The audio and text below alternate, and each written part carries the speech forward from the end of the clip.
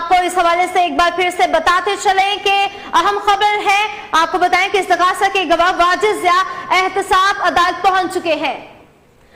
इससे बात करते हैं, हमारे साथ मौजूद है ज़मीर हुसैन ज़मीर। जी ज़मीर, बताइएगा क्या तफसीलात हैं आपके पास?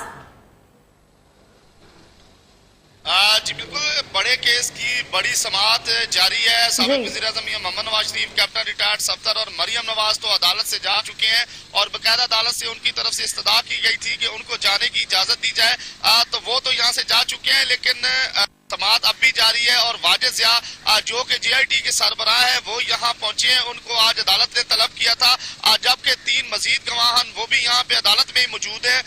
2 गवाहान जो उन पर बयान मुकम्मल हो चुके हैं उनके, और एक पर जो है वो जिरा जारी है, जबकि एक गवाह जो है उनका बयान रह गया, वो बयान कलमबंद होगा और उस पर जिरा भी होगी। लेकिन अभी वाजिद ज़िया थोड़ी देर पहुंचे हैं जो कि JIT की सरबराह है, वो इस वक्त एहतसाब अदालत के अंदर मौजूद हैं और उनसे जो है वो एहतसाब अदालत के जज और वकला की जो है वो डिस्कस जारी है, जबकि केस की समाअत आगे बढ़ रही है। और मियां मोहम्मद नवाज शरीफ, कैप्टन रिटायर्ड सफदर और मरियम नवाज जो उनको इस्तस्ना दिया गया वापसी पे कि वो दोबारा पेश नहीं होंगे, वो जा चुके हैं, जबकि केस की समाअत अब भी जारी है और मजीद जो 3 गवाह थे उनके बयान मुकम्मल होंगे, उन पर जिरा ज़मीर के बताते चले, जैसे कि आपने बताया कि 3 गवाहान जो है उनको तलब किया गया था, ये बताते चले कि कितने गवाहान के बयान जो है अभी तक रिकॉर्ड हो चुके हैं और कितने बाकी हैं?